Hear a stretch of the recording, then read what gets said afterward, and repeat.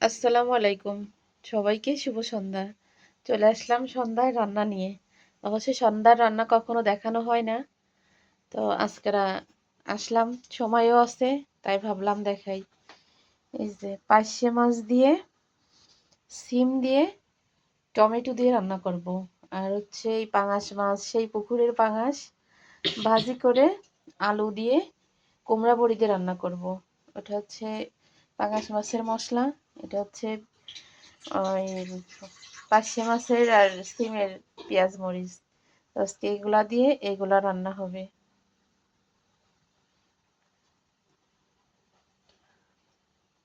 রাতে অবশ্যই দুই ভাগ কখনো রান্না করি না, এক ভাগে রান্না করি।